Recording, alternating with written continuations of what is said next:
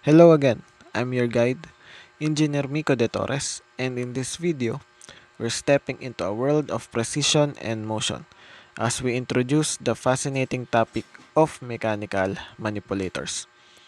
In MexE 406 Robotics 1, we're setting our sights on the heart of robotics, mechanical manipulators, commonly known as industrial robots. Why? Because this course offered as part of the Mechatronics Engineering program is tailored to equip engineers with the skills to excel in the realm of industrial robotics. We're here to produce skilled professionals who can make their mark not only in the Philippines but on the global stage. So buckle up as we journey through the intricacies of mechanical manipulators, understanding their design, functions, and the pivotal role they play in shaping modern industries. Let's dive right into the essence of mechanical manipulators and uncover the world of industrial robot arms. First and foremost, an industrial robot arm is essentially a mechanical manipulator. In simple terms, they're one and the same. Now picture a versatile and dynamic arm that's not bound by human anatomy, but meticulously designed to master precision and control. As we journey forth, we'll encounter an array of mechanical manipulators, each tailored for specific tasks, from welding and assembly to packaging and painting. These robotic arms, or mechanical manipulators rather, infuse industries with efficiency and precision. Our focus remains on industrial robots which might bear resemblance to arms or take diverse forms, all while mimicking the dexterity and capabilities of a human arm.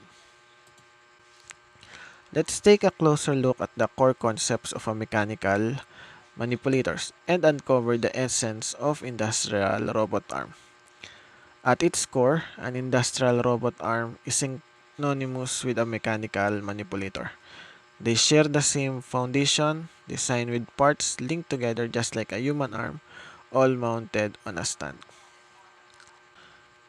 An industrial robot arm is precisely what it sounds like. An arm-like structure composed of interconnected parts. Imagine a robotic arm that's engineered for precision tasks, meticulously designed to mimic human movement and interaction. On the other side, we have the mechanical manipulator. This too comprises parts connected akin to a human arm. It's a robotic marvel that excels in tasks requiring accuracy and control. In a nutshell, both terms highlight the same ingenious concept, a robotic arm that mirrors human mechanics, whether it's on factory floor or an intricate assembly line. These mechanical manipulators redefine the dynamics of industry.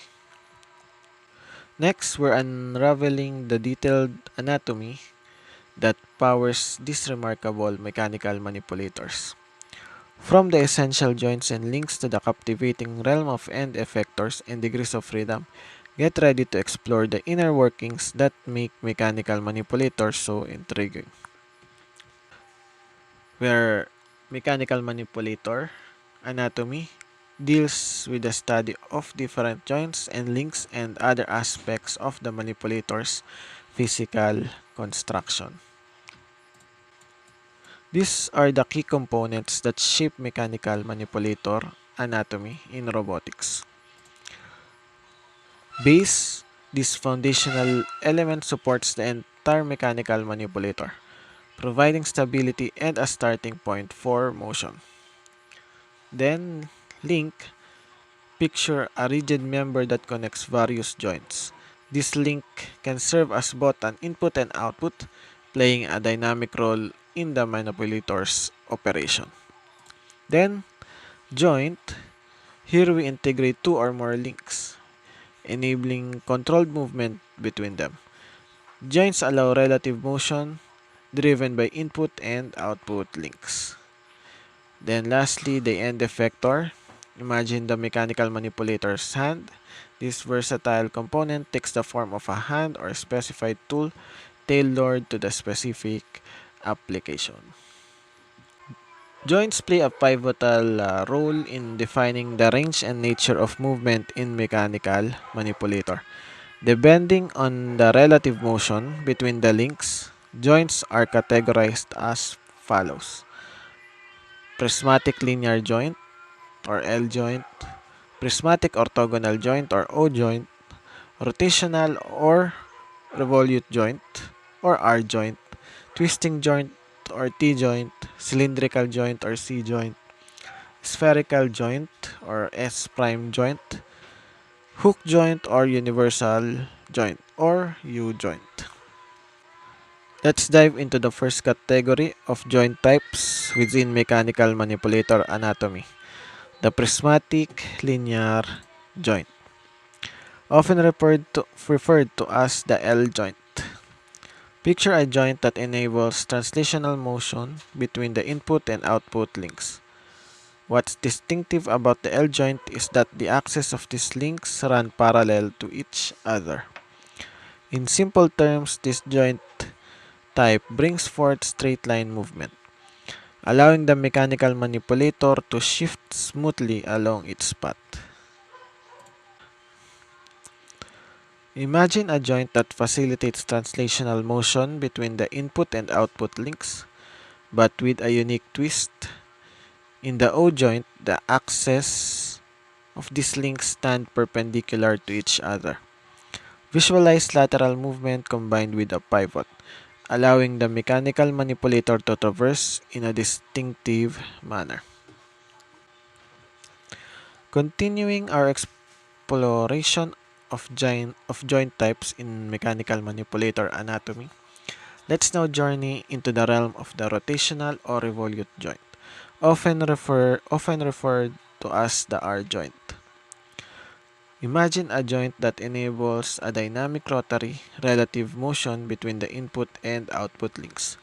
The distinctive feature of the R joint is that the axis of rotation stands perpendicular to the input link. In simple terms, this joint type creates a pivot, allowing the mechanical manipulator to rotate smoothly around a fixed point. Let's venture further into the world of joint classifications within mechanical manipulator anatomy. Our next stop, the twisting joint, also known as the T joint. Imagine a joint that facilitates rotary motion but with a unique twist. In the T joint, the axis of rotation aligns parallel to the axis of both the input and output links. Visualize a seamless rotation that allows the mechanical manipulator to twist along its axis, contributing to its flexibility and versatility. Picture a joint that goes beyond traditional movements. The C joint offers a single axis sliding function coupled with a single axis rotation. This unique combination grants two rigid bodies the freedom to both translate and rotate with ease. Imagine the versatility this joint type brings, allowing the mechanical manipulator to execute complex motions involving both translation and rotation. Continuing our exploration of joint types within mechanical manipulator anatomy, let's now immerse ourselves in the world of spherical joint, often referred to as the S joint or ball and socket joint. Imagine a joint that offers unparalleled freedom of movement. The S joint allows not one, not two, but three relative rotations between the two connected segments. This remarkable capability makes it an ideal choice to model complex joints like the hip and shoulder. Visualize a joint that mirrors the flexibility of a ball and socket mechanism, granting the mechanical manipulator a wide range of motions. As we conclude our exploration of joint types within mechanical manipulator anatomy, Let's dive into the last category, the hook joint, also known as the U-joint. Picture a joint that bridges the gap between inclined axes. The U-joint connects rigid rods with axes that are not aligned but rather inclined to each other. It's a versatile coupling often employed in shafts that transmit rotary motion. Visualize a mechanism that allows the mechanical manipulator to navigate the challenges posed by non-aligned axes, granting it the ability to transmit motion smoothly. As we journeyed through the intricate world of joint classifications, we've unveiled how these diverse joint types come together to shape the remarkable movements of mechanical manipulators. Stay tuned for more enlightening explorations in our ongoing adventure through the captivating realm of robotics.